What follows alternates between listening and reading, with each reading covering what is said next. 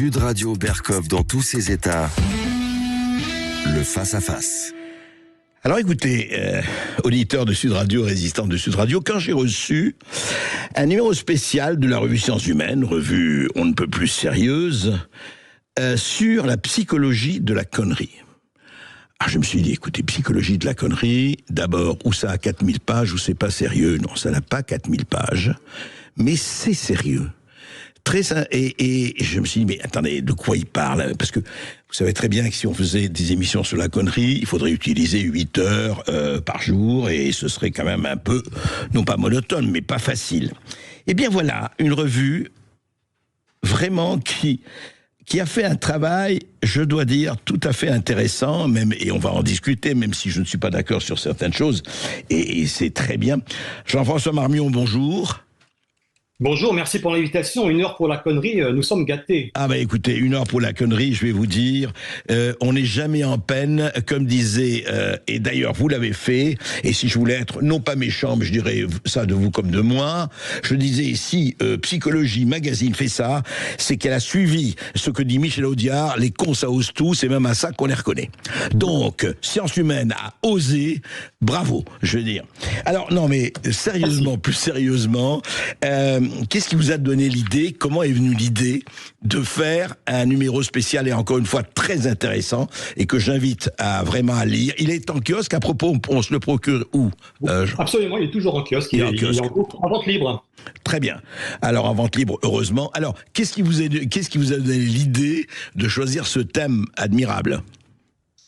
Oh, c'est une vieille histoire. Ça remonte à 2017 où j'ai eu envie de faire un livre qui s'appellerait Psychologie de la connerie. Et donc, j'ai fait appel à des dizaines de chercheurs, de psychologues, de philosophes, d'historiens, de linguistes, de politistes, etc. Ouais. Et à partir de 2017, j'ai coordonné plusieurs livres, donc avec des universitaires qui ont accepté de parler de la connerie vue par le trou de leur lorgnette à eux. Ouais. Ça a donné 4 livres, et puis ça, ce hors-série de sciences humaines est une espèce à la fois de best-of des 4 livres, et en même temps, il y a beaucoup d'inédits, parce que la connerie ne cesse de proliférer, ne cesse de se réinventer, et donc on est obligé de la suivre à la trace. Oui, et vraiment, mais c'est très intéressant parce que vous avez pris des biais, et pas seulement des biais cognitifs, comme on dit, pour parler de tout cela. Et alors, franchement, encore une fois, j'ai pris beaucoup de plaisir à le lire, à le regarder, et par exemple, alors, parlons de tout, il y a de tout, vous avez vous-même contribué à un certain nombre mais j'ai vu beaucoup de professeurs américains, Harvard, Massachusetts, Boston et compagnie. Vous avez beaucoup de professeurs étrangers aussi, des Français bien sûr, mais beaucoup d'Américains, j'ai remarqué. Ce sont des spécialistes de la connerie, les Américains. Ce sont les spécialistes de la recherche sur la connerie, en tout cas. Ouais. Alors, connerie, c'est un terme que j'emploie moi, parce que c'est un terme très français qui est très pratique. Ouais. Il recouvre beaucoup de choses différentes. On sait tous ce que ça veut dire en même temps. C'est difficile à définir. Il y a une connotation un peu rentre-dedans, un peu... On ne se raconte pas d'histoire, c'est pas la bêtise, c'est pas la stupidité, c'est pas la sottise, c'est la connerie, c'est un peu plus... Mais justement, Jean-François Marmion, c'est pas facile, mais est-ce qu'on pourrait la définir, justement, non pas en opposition, mais par rapport à la bêtise, par rapport à les neuneux, par rapport à tout ça? Parce que c'est vrai que les cons, d'ailleurs, on a bien vu, tous les dialoguistes, tous les gens qui parlent de cela, c'est quelque chose de spécifique, disons. Alors... Il y a toutes sortes de catégories de cons possibles. Il y a une catégorie, par exemple, une différence qu'on retrouve depuis très très longtemps, depuis la philosophie grecque, entre les bêtes, ceux qui sont plutôt bêtes et ceux qui sont plutôt sots. C'est pas tout à fait la même chose. Ceux qui sont bêtes, c'est ceux qui sont pas suffisamment futés pour réfléchir, et ceux qui sont sots, c'est ceux qui sont intelligents mais qui utilisent mal leur intelligence. D'accord.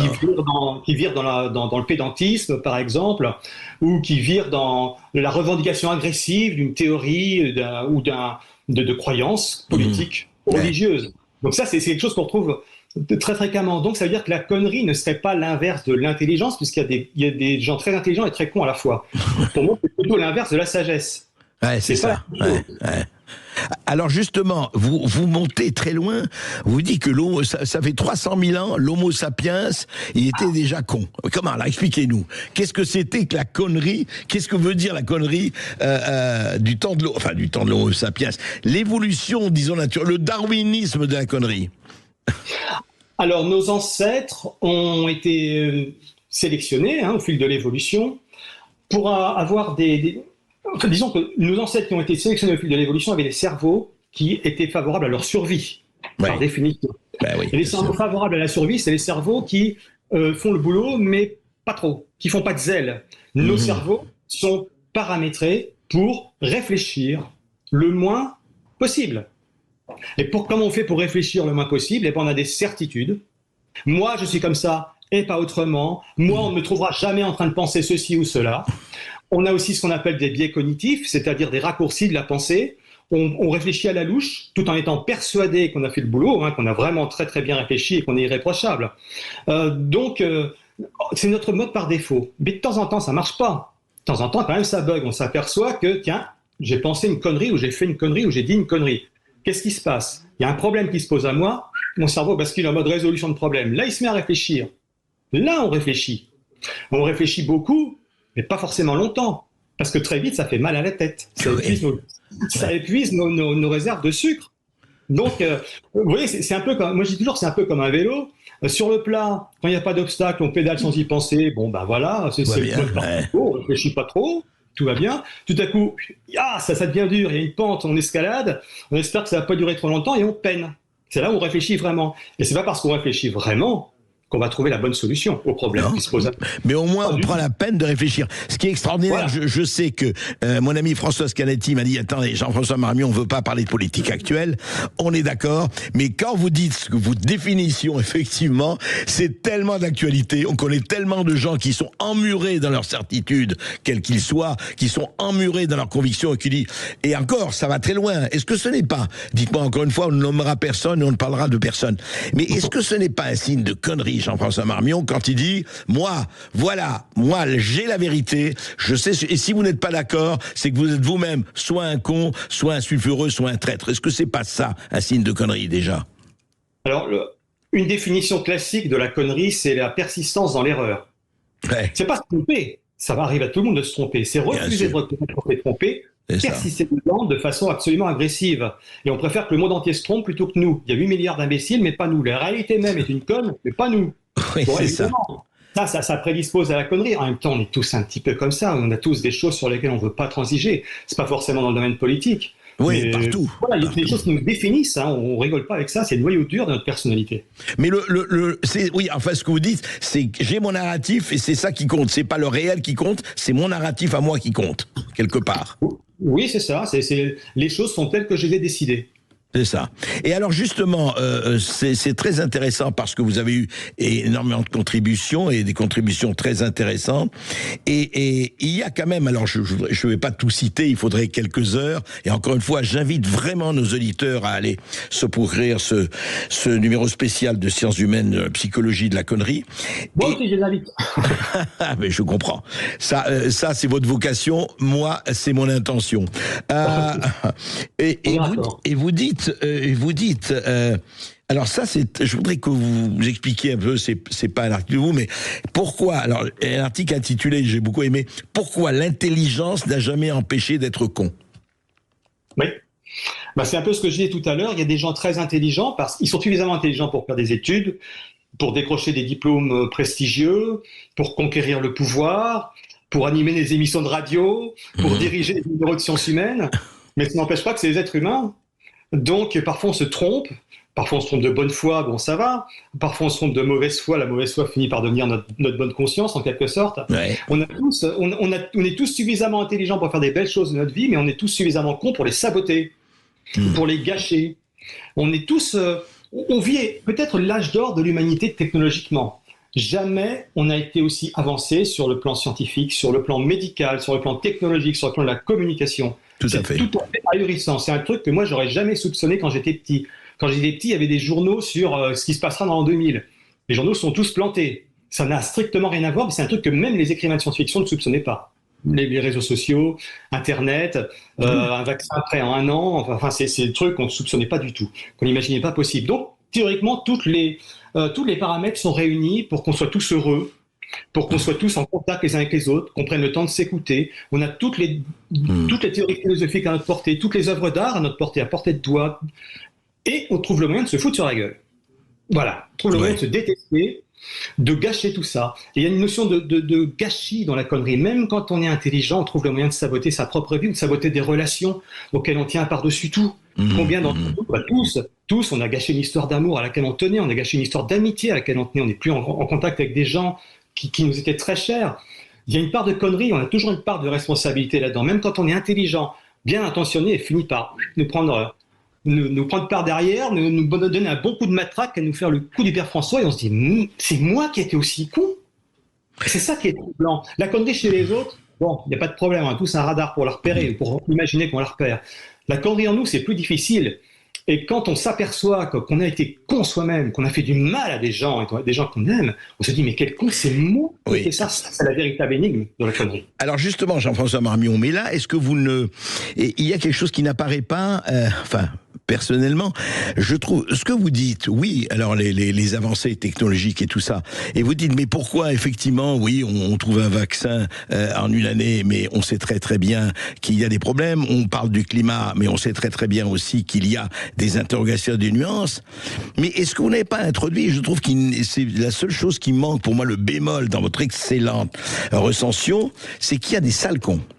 Il y a des bons cons et il y a des sales cons. Je veux dire par là qu'ils travaillent pas du tout parce que ils gâchent, ils ont absolument, et dans tous les domaines, je parle pas seulement en politique, ils ont sciemment décidé de faire, pour des raisons d'intérêt, pour des raisons de fric, etc., telle ou telle invention, etc., qui gâche tout, vous le savez.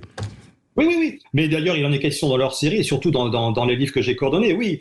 Une autre classification possible des cons, c'est les grands cons, les sales cons, les petits cons, les vieux cons, les jeunes cons, les gros cons, etc. Bon, les sales cons, alors il y a vraiment je dis pas ça à la louche, il y a vraiment des recherches là-dessus.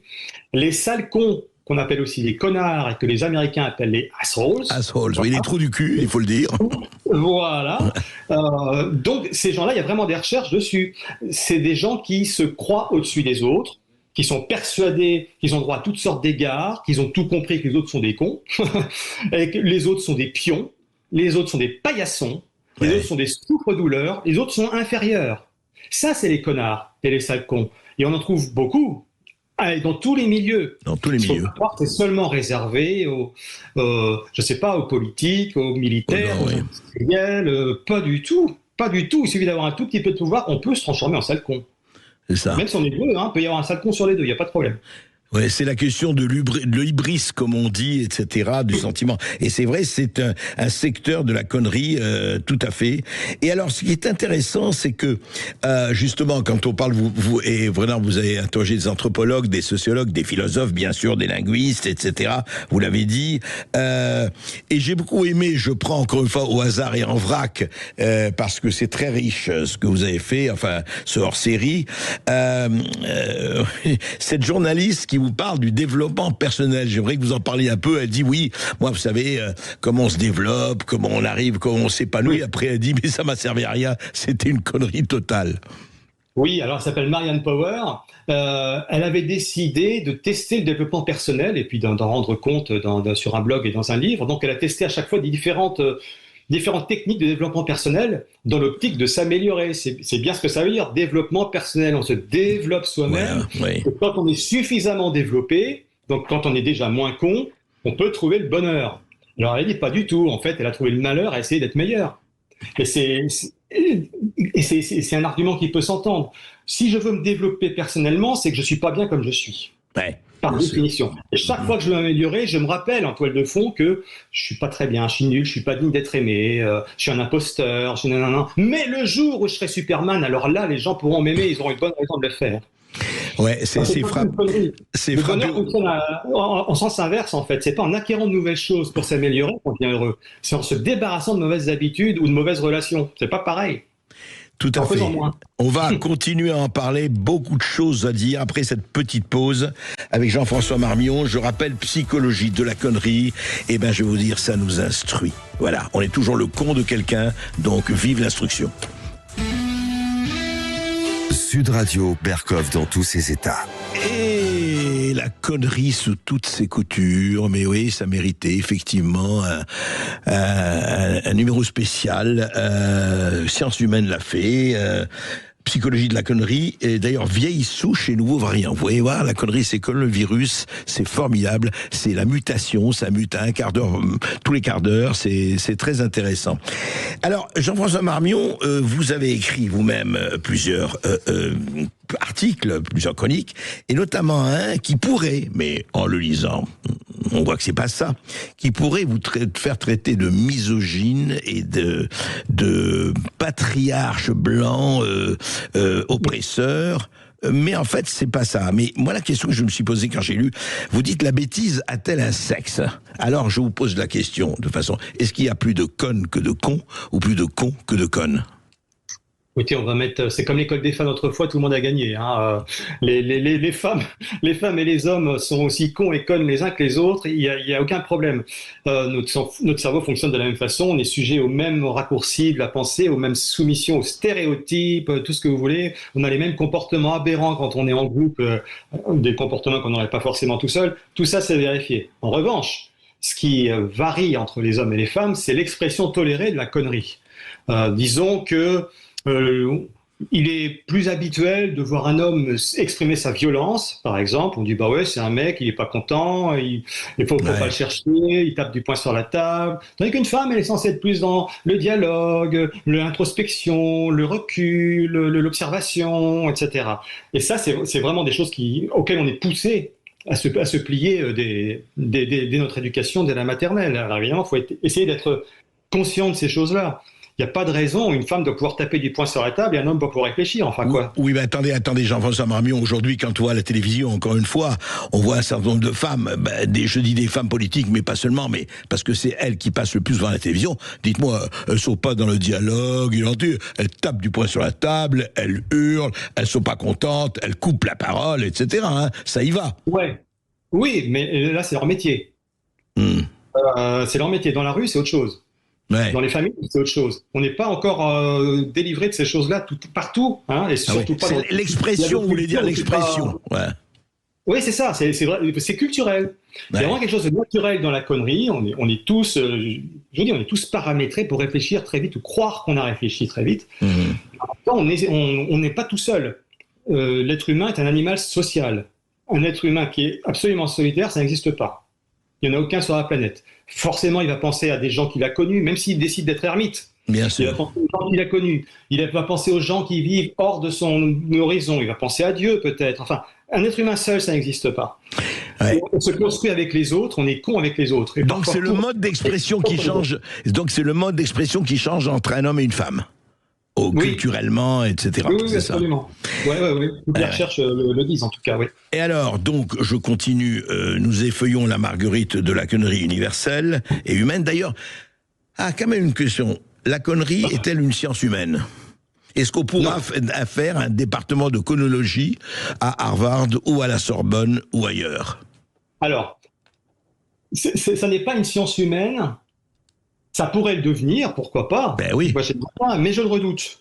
Je redoute qu'il y ait des gens spécialisés dans l'étude de la connerie à l'université parce que ils vont pas être d'accord entre eux et ils vont passer pour des cons. Ils vont dire non, moi je te dis que la connerie c'est ça, mes recherches montrent que... Ah non, moi mes recherches montrent que... Bon, ils vont se taper dessus. Eh ben, on va découvrir ce qu'ils sont vraiment. Et ils vont découvrir que c'est des cons, on va découvrir que c'est des cons comme les autres, quoi, même s'ils font des efforts pour essayer de comprendre. C'est déjà ça. Ouais. Alors, justement, là, détaillons un peu, parce qu'il y a vraiment des contributions tout à fait remarquables, mais ça m'a beaucoup amusé, la contribution d'un Américain, j'ai pas noté son nom, mais vous connaissez mieux que moi, la asshole theory. La théorie du trou du cul. Alors, c'est quoi cette asshole theory? C'est Aaron James, c'est un professeur de philosophie à l'Université de Californie, hein, c'est pas le premier venu. Et donc, lui, il a fait une théorie des connards ou des sales cons en français. Justement, il explique ce dont je vous faisais part tout à l'heure, c'est-à-dire que le connard s'arroge des prérogatives, il a décidé qu'il était supérieur à tout le monde, et il est odieux. Et il peut être dangereux, il peut pousser les gens au suicide, involontairement ou pas. Mais vraiment, c'est là où on accède au côté obscur de la connerie, vous voyez. La connerie, on croit qu'on va bien rigoler en étudiant ça. Mais c'est assez anxiogène très vite. Parce qu'on se rend compte que ça fait du mal aux gens, que ça nous fait du mal à nous-mêmes, qu'on fait du mal aux gens à cause de ça, et que ça nous pourrit la vie, quoi. Et on a beau en être conscient, c'est difficile de s'en détacher.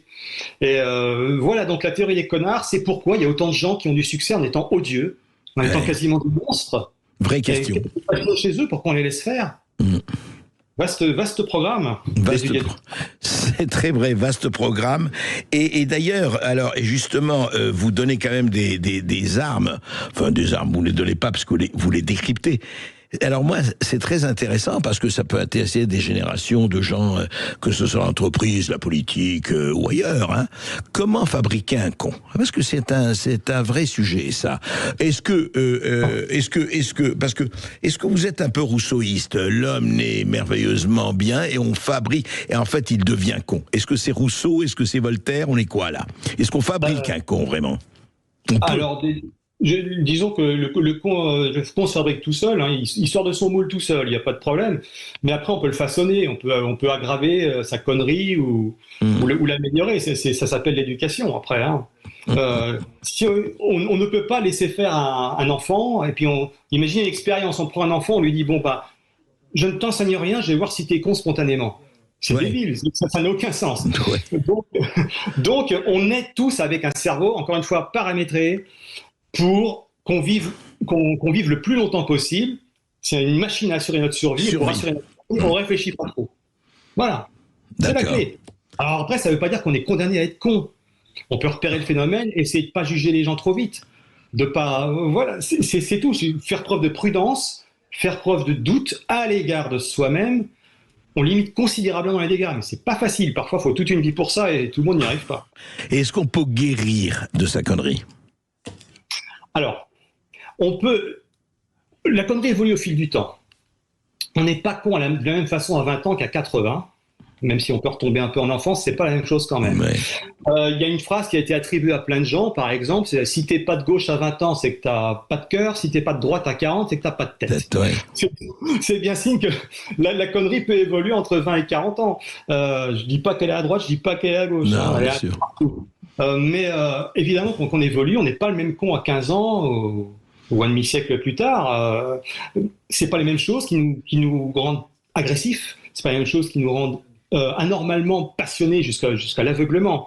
On n'a pas la même vision de soi. Peut-être qu'on doute un peu plus de soi aussi. Peut-être qu'on a pris du recul. Peut-être que tout simplement notre connerie nous a fait souffrir. Avec le temps, on prend conscience de ce qu'on a raté à cause d'elle. Donc on se dit, ok, on m'aura pas deux fois. Je serai peut-être con, mais autrement. Donc à défaut de guérir de la connerie, on change de connerie. Ouais. On va en parler tout de suite après cette petite pause. Et vous pouvez réagir à cette encyclopédie de la connerie 0826 300 300. C'est vraiment très intéressant d'explorer toutes les dimensions de cette connerie. On se retrouve tout de suite avec Jean-François Marmion et Sciences Humaines. Le face-à-face. Il ne messied pas qu'à l'heure où nous nous bassinons, mais avec raison, avec l'intelligence artificielle et tout ce qui va se passer, il n'est pas mauvais que certains se penchent sur la connerie naturelle et ses dérivés. C'est ce qu'a fait Jean-François Marmion avec toute une pléiade de professeurs, et attention, et non des moindres.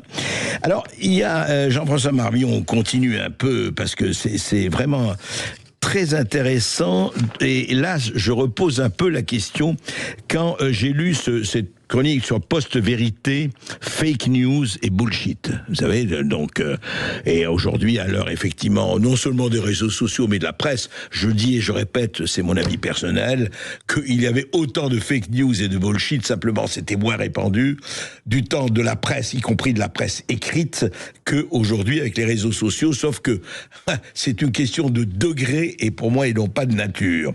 Mais dites-moi... Je suis d'accord. Vous êtes d'accord? Oui. Absolument. Très bien, mais écoutez, j'en suis ravi. Alors, non, mais justement... Peut-être. Dans ça, on en sommes tous les deux. C'est vrai. Non, mais alors, post-vérité, fake news et bullshit. Est-ce que ça ne ressort pas plutôt... Justement, on revient de l'intention, sans faire du jansénisme et l'école de Port-Royal. Est-ce que moi, je suis plutôt intelligent? Alors, effectivement, je suis un connard, peut-être, et moi, ce qui m'intéresse, c'est de répandre les faux narratifs, pour des raisons X et Y, la post-vérité, les fake news et les bullshit. C'est vraiment un signe de sale con, ça, de connard, pour vous? Et pour celui qui a écrit, oui. Je dirais pas forcément, parce que si je me souviens bien, j'ai ouï dire que dès les toutes premières gazettes publié au XVIIe siècle, Oui. parfois en contrebande. En Hollande, il y avait déjà des Renaudot fake et news compagnie, dedans. oui, oui, oui. Il y avait déjà des fake news dedans. Ouais, c'est vrai. Ou on peut appeler ça de la post-vérité, c'est-à-dire des gens qui, de façon éhontée, toute honte bue, vous disiez strictement n'importe quoi pour discréditer strictement n'importe qui. C'est vrai. Ça, c'est pas nouveau. Ça a toujours existé. Tiens, j'ai revu il n'y a pas longtemps, il y avait Thomas Jefferson, tiens, un des premiers présidents des États-Unis, rédacteur de la Déclaration d'indépendance. C'est pas le premier venu. Pas rien, ouais. Il avait payé un journaliste pour dire du mal de ses opposants. Et pour dire n'importe quoi, pour calomnier. Ouais. Personne n'est tout blanc ou tout noir. Donc voilà, la post-vérité. Alors, la post-vérité, c'est encore un peu différent du mensonge, attention. Hein. Oui. Le mensonge, je me positionne par rapport à la vérité. Je connais la vérité, mais je veux que mon interlocuteur l'ignore. Donc je lui construis un récit sur mesure pour l'embobiner. La post-vérité, c'est je me fous complètement de la vérité. C'est pas tout à fait la même chose. Je ne sais pas de la proclamer. Je dis ce qui m'arrange à l'instant T. Oui, je comprends. Je me fous complètement des conséquences. Je peux très bien dire l'inverse le lendemain parce que ça m'arrange et parce que je suis au centre de l'attention. Mais c'est pas tout à fait le mensonge. Hein. Ouais. Et je dis n'importe quoi en fonction de l'air du temps et de ce que je crois que les gens ont envie d'entendre. C'est un peu ça. En fonction de ce qui m'arrange. Ou de ce qui m'arrange, oui, c'est ça. Enfin, je peux très bien dire le contraire. Le sous-texte de la post-vérité, c'est je peux très bien dire le contraire de ce que j'ai dit il y a 5 minutes avant et je vous emmerde. C'est ça. C'est ça. Voilà. Et c'est effectivement, et je me sens très bien. Alors, justement, on parlait de l'intelligence artificielle. Parlons-en un peu, justement, vous l'évoquez évidemment, enfin des spécialistes l'évoquent dans votre magazine, dans ce numéro spécial. Au fond, l'intelligence artificielle, dit-il, peut être aussi bête que nous. Oui, mais en même temps, elle est balbutiante. Hein. C'est vrai, c'est vrai. On peut absolument pas conjecturer ce qu'elle sera dans 10 ans ou 20 ans. Bien sûr. Voilà, donc actuellement... Mais qu'est-ce qu'on peut dire aujourd'hui déjà ? Alors, justement. Aujourd'hui, elle est capable du meilleur comme du pire. Dans le domaine médical, elle a l'air très prometteuse. Dans le domaine journalistique, c'est à peu près... Faut vraiment se méfier, quoi, parce qu'elle hallucine. Hein. Moi, j'ai déjà vu ça. En effet, elle invente des trucs qui sont tout à fait plausibles. Par exemple, moi, j'ai essayé de lui faire écrire un article. Hein. Alors, pas de problème, elle écrit un truc impeccable. Sauf que quand on vérifie les sources, ça n'existe pas. Elle est capable de vous citer des chercheurs qui existent, des universités qui existent, des revues scientifiques qui existent, des thématiques qui existent, mais l'article en question n'existe pas. Elle l'a inventé parce que c'est probable. Donc, il faut vraiment faire gaffe à ça. Ouais. Et puis, d'autre part, évidemment qu'elle va raconter des conneries. Elle se gêne pas. Hein. Il y en a une qui avait raconté que les vaches pondaient des œufs, par exemple. Ça la dérangeait pas plus que ça. Mais alors, on se dit, mais pourquoi elle raconte des trucs pareils ? Et en fait, l'intelligence artificielle va piocher dans nos données, dans les données qui sont accessibles. Bien sûr. C'est nous qui fournissons les données, bien sûr. C'est nous. Elle va piocher dans nos conneries. Parfois, elle synthétise nos conneries. Bien sûr. Oui, mais vous avez tout à fait raison de dire que ça va évoluer et de dire que effectivement ça apporte énormément de choses. On va pas discuter longtemps de cela, mais c'est évident que l'intelligence artificielle est en même temps une révolution comparable à celle de Gutenberg, mais c'est encore autre chose et ce n'est pas, et il faudra la juger en tout cas et voir d'ici 10 ou 15 ans, etc. Voilà. Il faut savoir l'utiliser intelligemment. C'est ça, absolument. Et c'est vrai que sinon on est. Alors. Il y a quand même des attaques, y compris par vous-même, et on en reparlera, qui m'ont un peu, non pas étonné, mais est-ce qu'ils vont pas un peu loin dans le romantisme ? Oui, le romantisme, c'est une idée à la con. Pourquoi le romantisme est-il une idée à la con ? Mais c'est bien d'être romantique, enfin, Jean-François Marmion. Vous parlez à un grand romantique devant l'Éternel. Je suis très content d'être con, moi, ça, il n'y a pas de problème.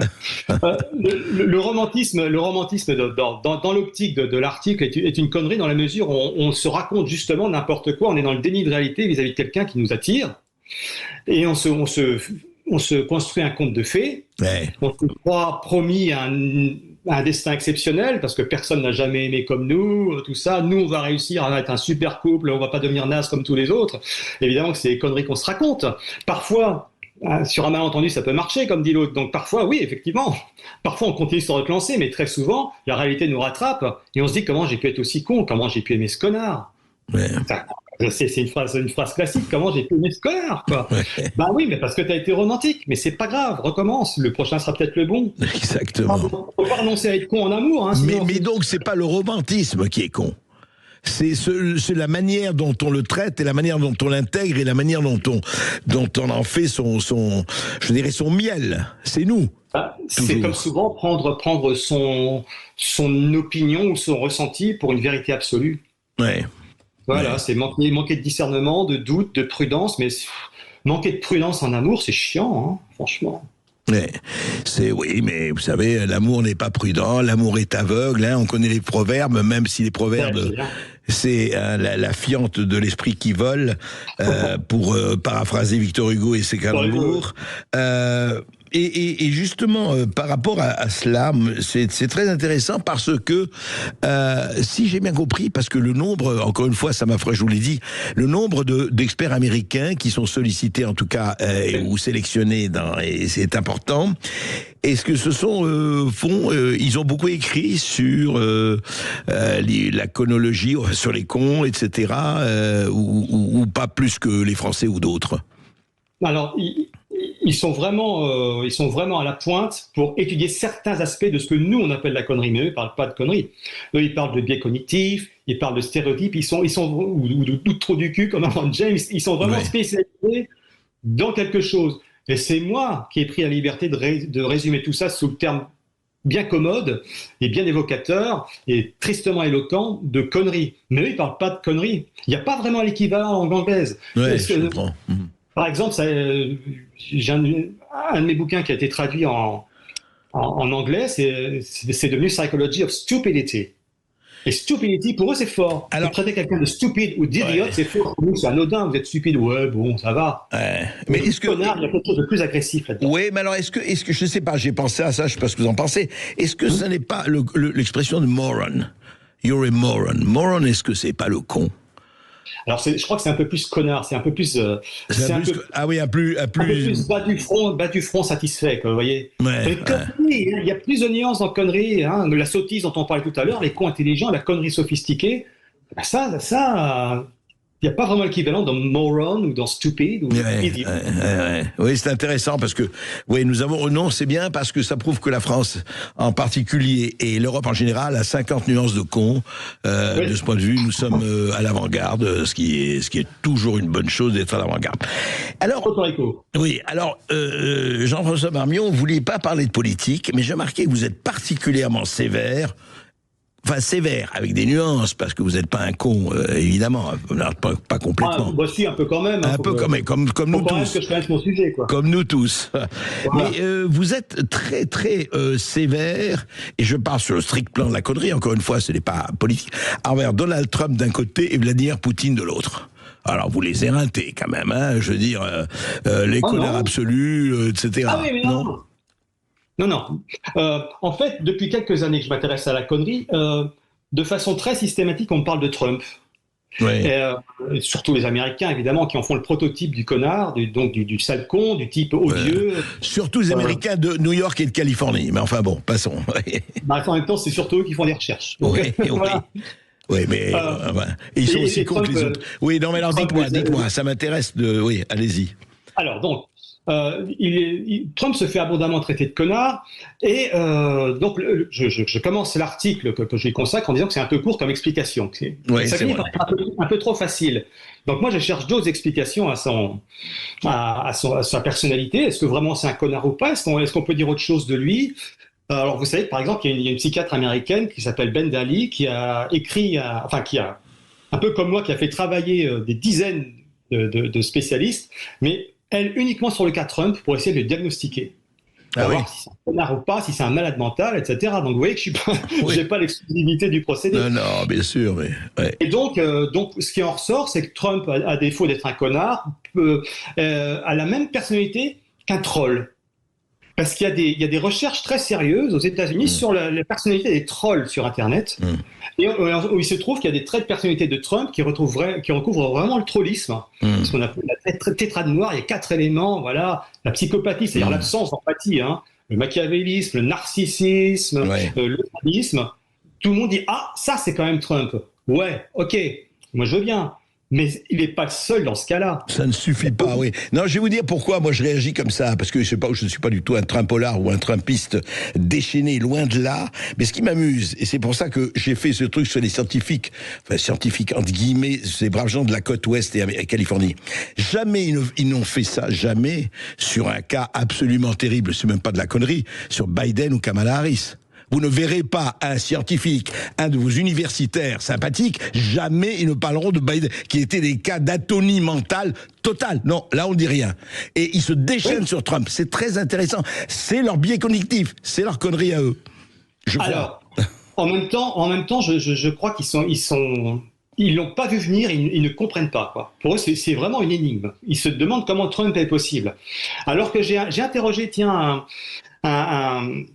un philosophe, un historien dans un de mes livres qui s'appelle Michael Barrent. Je lui ai carrément posé la question, je lui ai demandé de faire un article sur le thème « Est-ce que Trump est le pire de tous ?»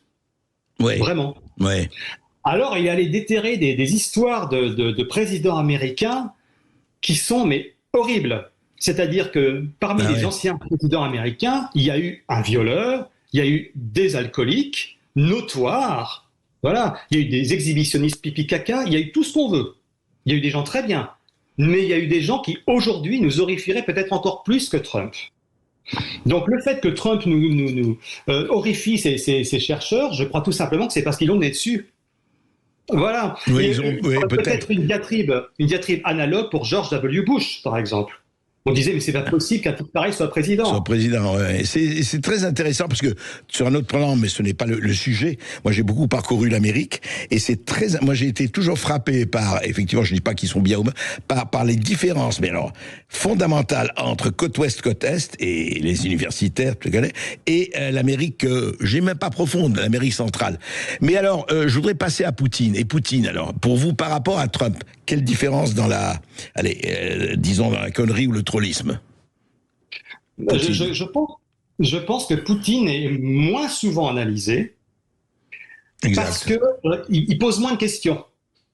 Il est perçu comme un dictateur.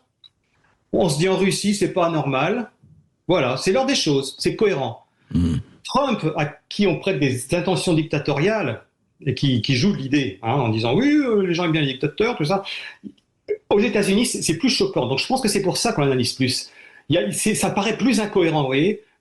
Un dictateur en Russie, ok. C'est normal. C'est normal. Un dictateur aux États-Unis, putain, là, il faut essayer de comprendre. Ouais. Vous voyez, je pense que c'est ça la différence essentielle. Ouais. Surtout que oui, c'est dictateur et dictateur, mais c'est très intéressant. N'oubliez pas 0826 300 300 pour ceux qui veulent intervenir dans cette discussion. Encore une fois, je recommande vraiment cette psychologie de la connerie, parce qu'elle apprend vraiment, elle enseigne beaucoup de choses. Et on va se retrouver avec Jean-François Marmion pour encore un autre dernier quart d'heure, comme disait l'autre. Et c'est parce que la connerie est inépuisable, et c'est pour ça que c'est un sujet riche. Et d'ailleurs, j'ai une proposition à vous faire, pas du tout malhonnête. On en parle tout de suite après cette petite pause. Sud Radio, votre attention est notre plus... André, vous avez une auditrice, Catherine, qui nous appelle de Lyon. Bonjour Catherine. Bonjour Catherine. Merci, bonjour, merci de prendre mon appel et puis merci pour vos émissions qui sont formidables. Merci. Je me permets d'intervenir pour rire votre intervenant qui est passionnant avec un sujet extra sur l'éducation des cons. Parce qu'il se trouve que je suis maman de famille nombreuse. Oui. Et moi, il me semble que je peux vous donner un petit mot d'emploi pour fabriquer des cons. Ah, dites. Et ben, c'est comme disait l'intervenant, être con, c'est pas faire des erreurs, c'est juste pas changer d'avis et pas se remettre en question. Donc, dites à votre enfant en permanence qu'il a raison. Quand il a une mauvaise note à l'école, que le prof est méchant, ou que quand quelque chose se passe, et ben c'est de la faute des autres et que lui il est vraiment adorable et qu'il est le plus parfait de la terre. Et dites toujours quand il arrive quelque chose de mal dans la vie, que vraiment les autres sont des connards et que vous êtes des traits et qu'ils n'ont rien compris, compris, et vous fabriquez des bons cons. Voilà. Quelle bonne recette, Catherine. Qu'est-ce que vous en pensez, Jean-François Marmion? Non seulement je suis d'accord, mais j'ai même écrit un article là-dessus dans leur série, où j'explique que d'après les psys auprès desquels j'ai enquêté, des psys volontairement d'horizons différents, la surprotection, c'est un facteur majeur de conneries. Ne t'inquiète pas, je suis là, le monde est mauvais, mais je vais vivre à ta place, quoi. Je vais tout faire pour toi, et puis ça donne des gens qui sont pas capables de se débrouiller tout seuls, de quitter la maison, ou des victimes permanentes, quoi. Le monde est méchant, au secours. Alors que quand on leur apprend l'autonomie, ma foi, ils peuvent se débrouiller tout seuls. C'est ça le but de l'éducation, c'est que les enfants puissent se passer des parents. Bien sûr, et qu'il y ait la culture de l'effort et s'opposer en s'opposant. Ça me fait penser, d'ailleurs, votre réaction, Jean-François Marmion, et la réaction de Catherine, c'est, vous savez, les safe spaces dans les campus américains. On leur dit surtout pas de contradiction, réunissez-vous dans ces espaces protégés, safe space, et comme ça, on se retrouve entre nous et on cultive sa connerie. Ben oui, alors que le meilleur moyen de lutter contre la connerie, c'est de se remettre en question, donc d'essayer de comprendre des gens qu'on ne comprend pas. Des gens qui comprennent pour des cons, d'ailleurs. Tiens, mais qu'est-ce que c'est que ce connard? Il n'est pas du tout comme moi. Ben, va essayer de le comprendre. Va essayer de penser à sa place un petit peu. Et dans ce cas-là, on cesse de juger les gens. On prend acte de leur complexité. Et on se remet un peu en question soi-même. Et il faut oser aller vers des gens qui ne nous ressemblent pas du tout. Ouais. C'est pas toujours facile, c'est pas notre réflexe en tout cas. Oui, c'est vrai, c'est fondamental. Catherine, vous vouliez ajouter quelque chose? Oui, parce que je voudrais dire un petit mot juste par rapport à, vous savez, l'éducation bienveillante dont on parle et qu'on rêve tous d'avoir. Je pense qu'elle peut mener à la connerie quand à un moment, il n'y a jamais, à un moment, le poing sur la table, le mur, ça suffit, la sanction. C'est-à-dire qu'on veut tout le temps tellement surprotéger notre enfant avec jamais se mettre en colère, que du coup, on en fait, mais un petit con aussi. Voilà, c'est juste un petit ajout. D'accord. Merci Catherine. Jean-François Marmion, alors arrivons aussi, alors on a parlé de Trump, de Poutine, et parlons climat, réchauffement climatique, etc. Et vous avez, je crois que c'est George Marshall, qui dit « Sommes-nous trop cons pour sauver le monde ?» Et il prend le parti, et il dit voilà, tous ces gens qui contestent le réchauffement climatique sont tous des cons, et pourquoi ils sont devenus aussi cons? Est-ce que ça m'a paru un peu simpliste, là? C'est plus compliqué que ça. Mais non, il dit pas ça de cette façon-là. Et il y a même quelque chose de légèrement différent. Il dit que lorsqu'on nous dit que le réchauffement climatique est en route et qu'on court à la catastrophe, notre cerveau, désolé, j'en reviens là, ne comprend pas vraiment. Parce que c'est quelque chose de beaucoup trop abstrait, beaucoup trop lointain pour lui. Le cerveau, il aime bien travailler avec des histoires. Il aime bien qu'on lui raconte une histoire. L'histoire du réchauffement, c'est pas convaincant pour lui, parce que dans une bonne histoire, il y a un méchant, il y a une morale. Là, il n'y a pas de méchant, il n'y a pas quelqu'un qui a appuyé sur un bouton en disant la planète va se réchauffer. On est tous un peu responsables. Donc, c'est un truc que notre cerveau aime pas. Il a mal à l'aise avec ça. C'est complexe. On a du mal à réagir face à la menace parce qu'on a du mal, tout simplement, à la comprendre. Ça fait pas partie de notre quotidien. C'est trop abstrait, trop lointain. Même en temps de canicule, on se dit c'est pas grave, ça va passer. Mais simplement, il y a eu aussi autre chose, mais encore une fois, ça nous entraînerait loin, mais on refera des émissions, Jean-François Marmion. N'oubliez pas que, moi, je me rappelle Henri Sagnier, et c'est pas lui qui est sur France 2, il y a 20-25 ans, même plus que ça, non, beaucoup plus que ça, il disait en l'an 2000, toutes les villes côtières, ou presque, de Californie, et même en France, seront noyées parce que les océans auront haussé de 10-20 cm. Bon, on est en 2025, on a vu ce qui se passe. Donc, je dis ça pas parce qu'il a raison ou tort, mais les gens aussi se posent des questions. On nous a dit tellement de choses qui ne se sont pas passées, et du coup, comme on crie au loup, on se pose des questions. Bien sûr, c'est l'enfant qui crie au loup, puis le jour où le loup arrive vraiment, personne se méfie. Moi, je trouve très bien de s'autoriser à remettre en cause les conclusions des experts sur le réchauffement climatique. Il n'y a pas de problème, on a le droit de réfléchir, on a le droit de se faire sa propre opinion. Bien sûr. Simplement, personnellement, je suis pas un grand scientifique, je suis certainement pas un climatologue. Donc, j'ai tendance à me ranger à l'avis des gens que je juge à tort ou à raison plus compétents que moi. Donc, moi, personnellement, je considère que le réchauffement climatique est une réalité. On a le droit de douter, mais qu'on ait des bons arguments. Absolument, on est bien d'accord. Et en tout cas, ce qu'il ne faut pas douter, c'est que la connerie, et vous l'avez prouvé, est non seulement un motif à réjouissance, ou inquiétude, mais surtout un excellent sujet d'étude. Je rappelle, sciences humaines, faisons connaissance, c'est le cas de le dire, faisons connaissance, faisons reconnaissance, et dans connaissance, il y a ce qu'il y a. Donc, un hors-série, vieille souche et nouveau talent, lisez-le, allez vraiment acquérez-le, lisez-le, parce que, voilà, il y a tout. Il y a les recettes, il y a les avertissements, et il y a surtout, n'oubliez pas qu'un con peut en cacher un autre, et un con averti en vaut deux. C'était les proverbes du jour.